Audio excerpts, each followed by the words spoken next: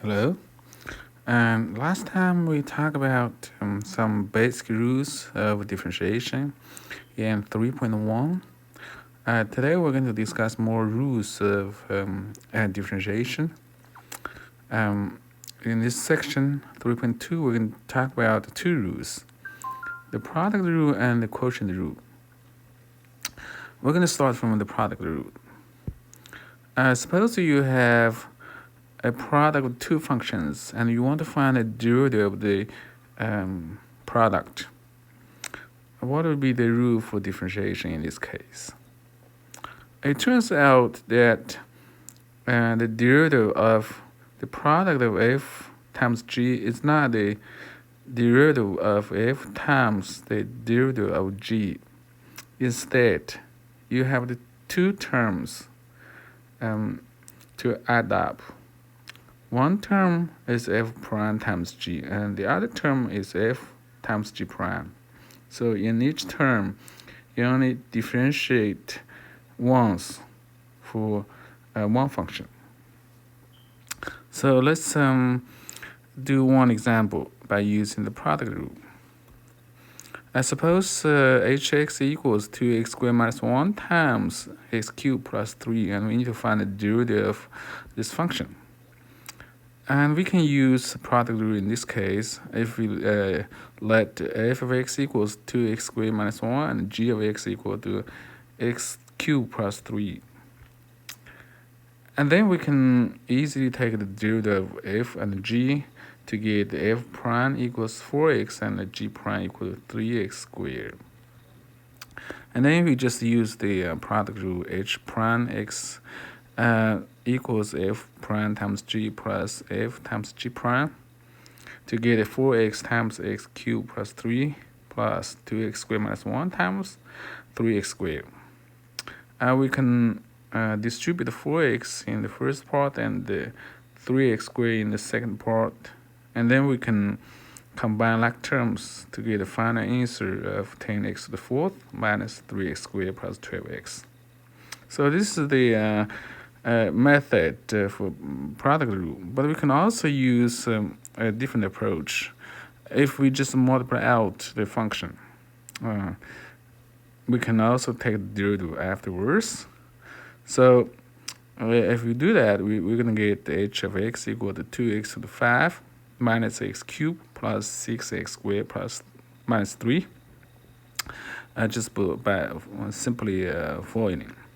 And then we just take the derivative using the power rules for each term. So we got the 2 times 5x to the fourth minus 3x squared plus 12x.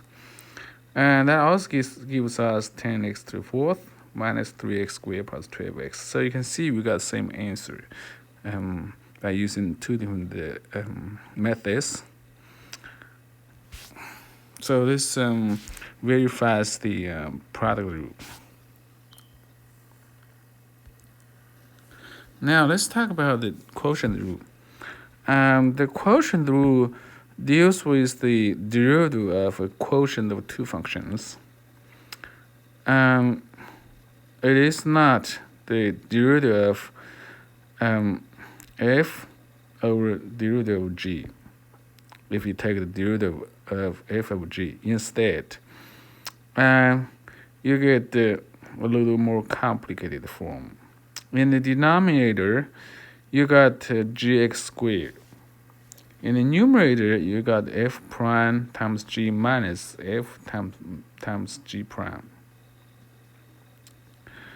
So let's just use the quotient rule to do a simple problem. I suppose h of x equals x over 2x minus 4, and we need to find h prime. So again, just let f equals x and g equals 2x minus 4. Obviously, f prime will be equal to 1 and g prime equal to 2. So we just plug in f prime and g prime in the formula, so we get h prime equals f prime times g minus f times g prime over g squared. So we get 1 times 2x minus 4 minus x times 2 over 2x minus 4 squared. So after simplification on the top, we got negative 4 And then we can do a little more simplification by canceling a factor 4 if you factor 2 in the denominator and square it. And in the end, we got negative 1 over x minus 2 squared. Let's just use these rules to do a economic problem. This is a course for calculus these applications. So there are some ways on the application part.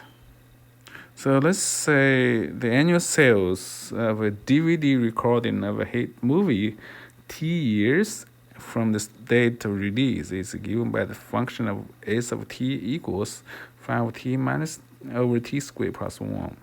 So the sales in millions of dollars per year.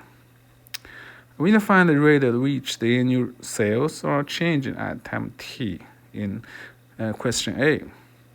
In question B, how fast are the annual sales changing at the time the DVDs are released?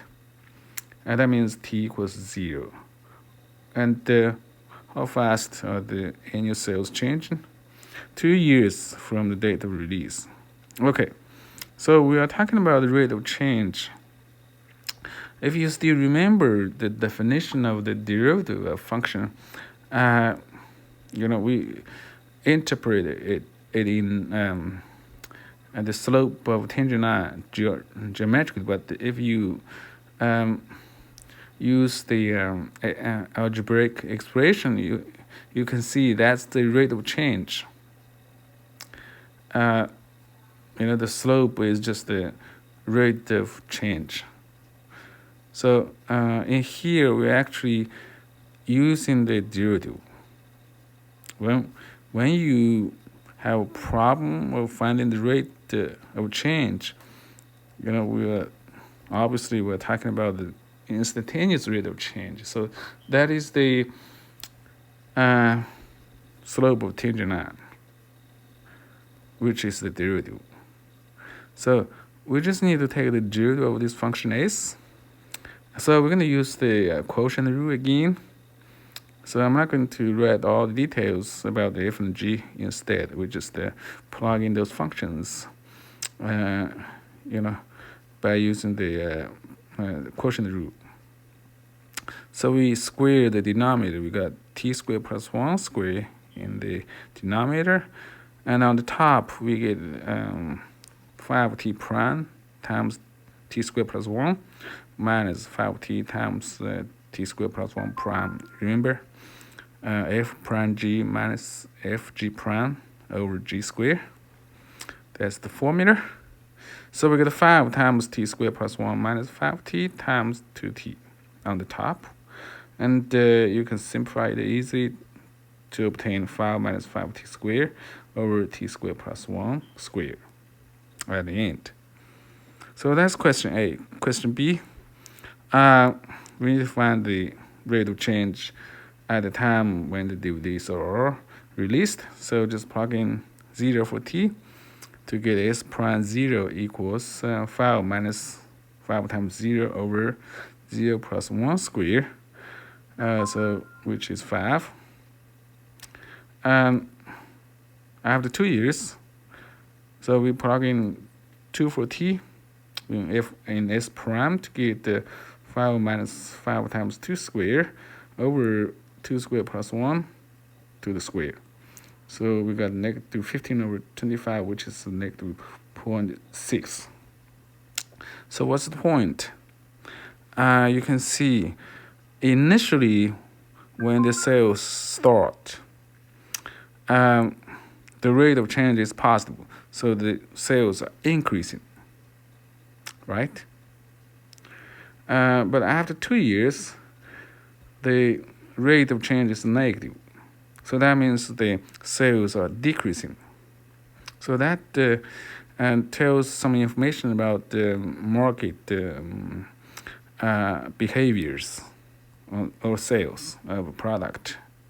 And that's pretty typical in economics.